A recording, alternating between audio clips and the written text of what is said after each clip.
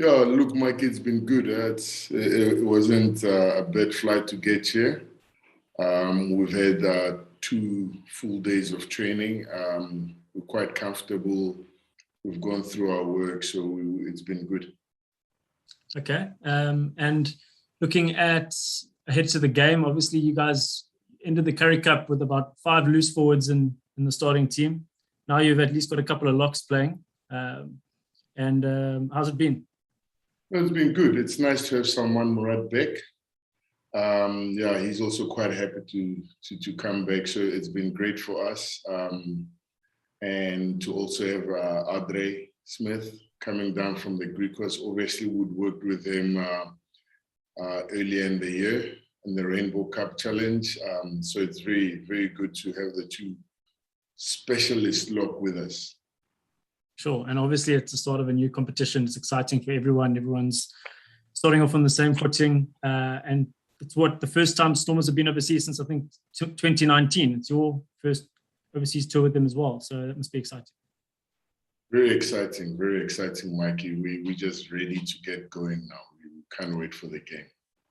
Sure, Scarra, obviously not your first overseas tour, but the flight over a little bit easier than it used to be in the past going to New Zealand.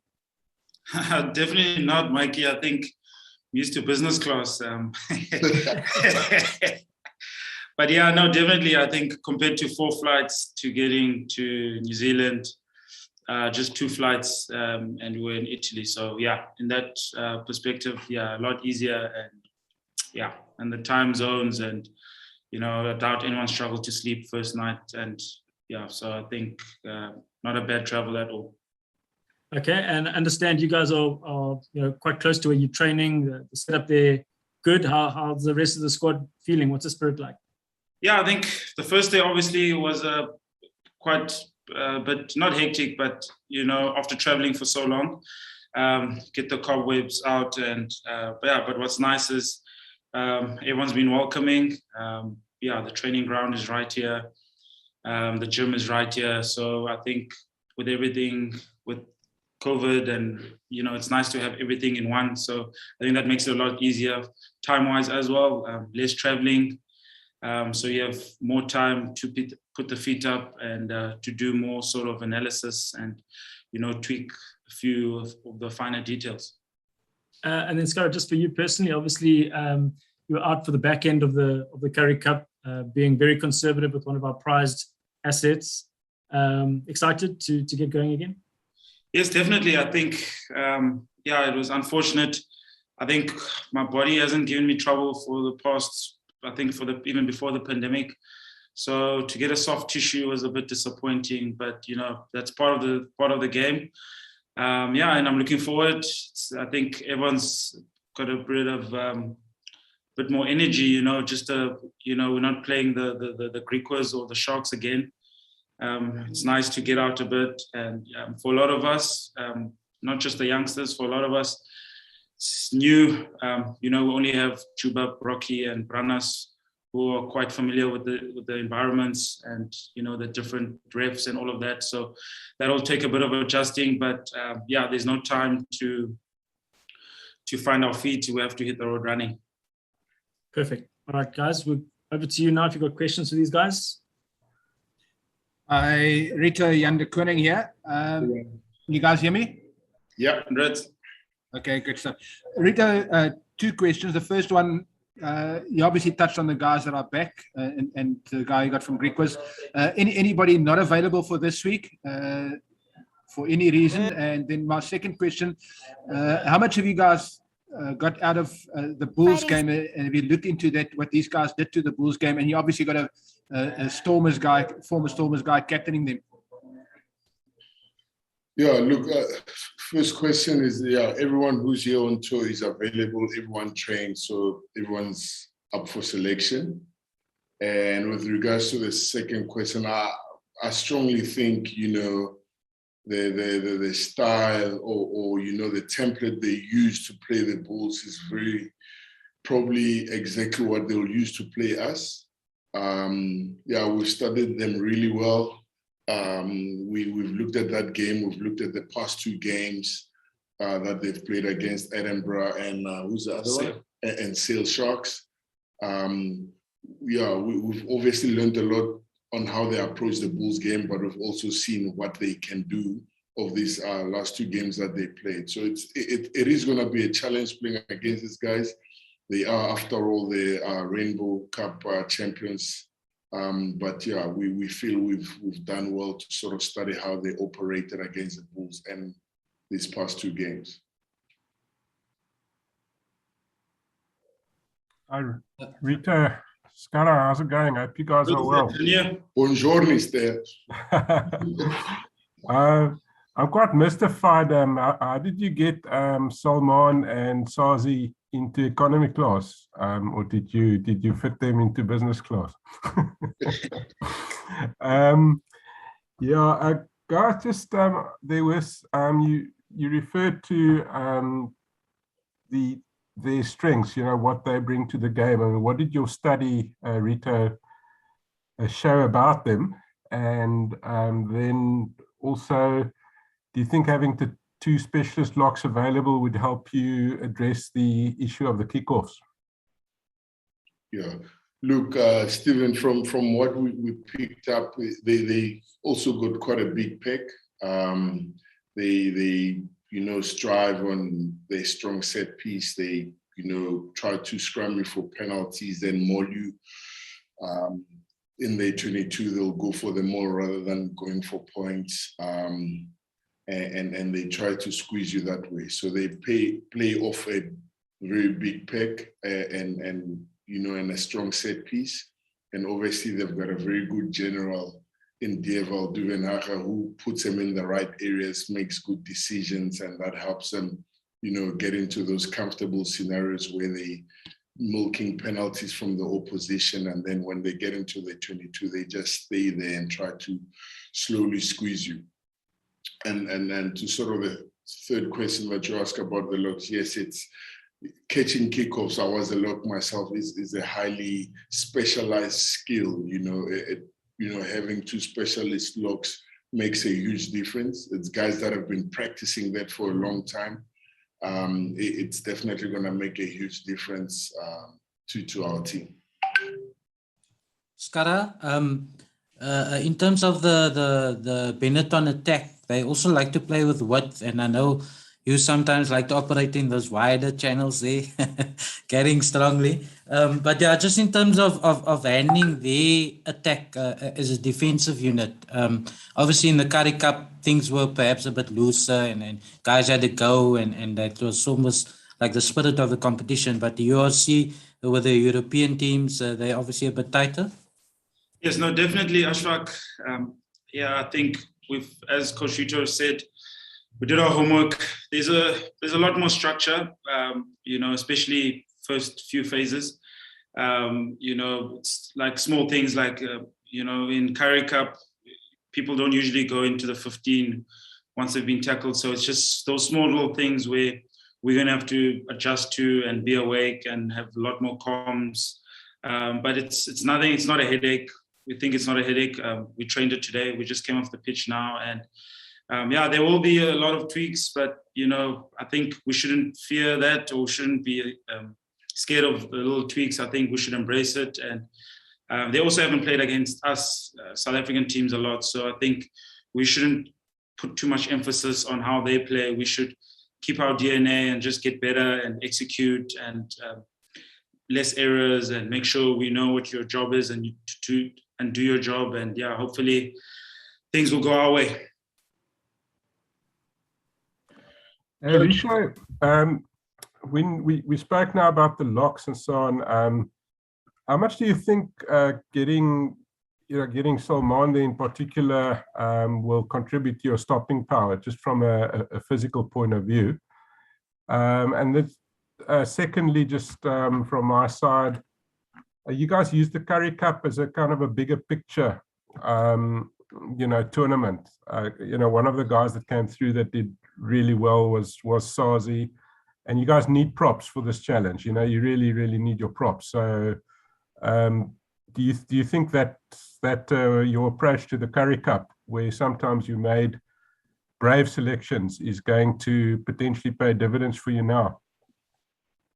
Yeah, Stephen, look, in terms of stopping power, that's extremely crucial for us. Salman, is a very physical lock. That's what he strives to sort of be. So it makes a huge difference. I have to add, Andre Smith as well, very physical lock as well. So it helps our team. Really also coming in from the Pumas, very physical player. So we do have quite a bit of stopping power, and maybe the teams look slightly different. There's a lot of improvement in different areas, but I think in the department of stopping power, we sort of nicely covered now, especially just having Salman coming back. What was the second question? Steve, what was the second question? It was just about the developmental approach that you guys took to the Currie Cup, and I thought where it paid some dividends in particular, I think was with the scrums. You bring a guy like Sazi through and suddenly, because it's not the way you guys going now, it's not just your first and second line of props. You need a third and possibly even a fourth line of props. So yeah, just your thoughts on that. No, absolutely. Sazi needed to get that experience in the Currie Cup, and I think he's picked up a lot of confidence. He's learned a lot in the past couple of months, having already worked with Franz Malherbe and Nietas. I mean, beginning of the year, every single scrum session is scrumming against Kitty, scrumming against Ellie. So he's picked up some good experience, and him having a good run in the Currie Cup has helped a lot. So that mindset that we have in the Currie Cup to develop players, has really helped us. The two young hookers that are backing Scarra up, Andre Fenter and JJ, they've picked up good experience as well. At the same time, Aaron's got to cover a lot of locks, so that's also helped quite a bit. Nama got a good run as well in the Currie Cup. Ivan, we all know, has been doing really well. So that mindset of developing the young guys to sort of cover has really, really helped. We also do have the experience of Brock Harris, who's here to also help fast track our youngsters as well. He's played quite a long time in Europe. He understands the conditions, has good detail on the teams that we still are yet to play. Coach, in a media briefing today, it's clear that the overseas media does not take the Stormers and the Lions serious. They cite it as one of the reasons being the use of your youthful talent that they feel will not be able to withstand the pressure overseas. Firstly, how do you feel about it? And secondly, do you think the overseas clubs will also have that feeling towards province, towards the Stormers? Yeah, look, Carl, from our side, for a while now, we understand we've been underdogs for a while, and it's something that we really, really embrace. It's one thing to think that, we won't be able to compete, but I think we'll leave that for our actions come Saturday. Rito and Scarra. Sorry, go ahead. Thanks, Stephen. Rito, Scarra. Just on a guy like Mani Lobok, we've seen he's quite an exciting player. How is he settled in, and what do you guys think he will bring or add to the side? Yeah, I think with Mani, he knows a few guys in the team already, playing with some guys in junior levels and having a few mates before he even arrived. And I think having a player like him, a player that's traveled quite a bit, he's been at the Sharks, he's been at the Bulls. It's nice to have a different way of thinking, different outlook or different mindset. And I think he brings a lot of calmness into the back line. It's nice to have that as well. We've got Juan with experience, we've got Edward, who's quite trigger happy, and with Sergio. So I think having him in the mix is just someone who can keep everything calm, very, very low error rate, someone who thinks on his feet as well. So I think he's quite a nice balanced player, and I think he's fitted in quite perfectly. And yeah, I think it's good to have him in the mix with us. Scarra, Brock is in the mix, and you played with Brock, if I remember correctly.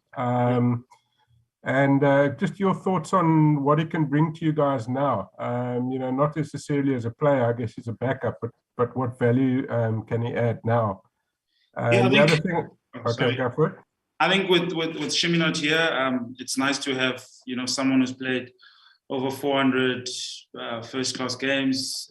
He's spent 6 years or 7 years in this part of the world, in Europe, UK. So I think having that experience, is immeasurable. Also, as coach said, having the youngsters, without having Kitsi and France and Bongas around, it's the finer details. He's very good with that. He's very patient. He goes down to, if I can say, to that level, and he builds it from the building blocks, which is what those guys need, because in today's rugby, I think a lot of players get fast-tracked quite quickly. So I think it's a big positive to have him in the mix, even with talking about the refs, the conditions, the fans, all these little things that we haven't experienced. I think having him in the mix is definitely a plus for us, and it's good to have him. Is Brocky also fulfilling almost like a part-time scrum coaching role, or is he there strictly as a player? He is a player, but obviously he has the knowledge as well. So I don't think he sees himself as a coach. He sees himself first job as a player, and then he just spreads the knowledge where he needs to spread it, and past experiences, and sort of just passing on a lot of info before different. We play against Italians, very emotional.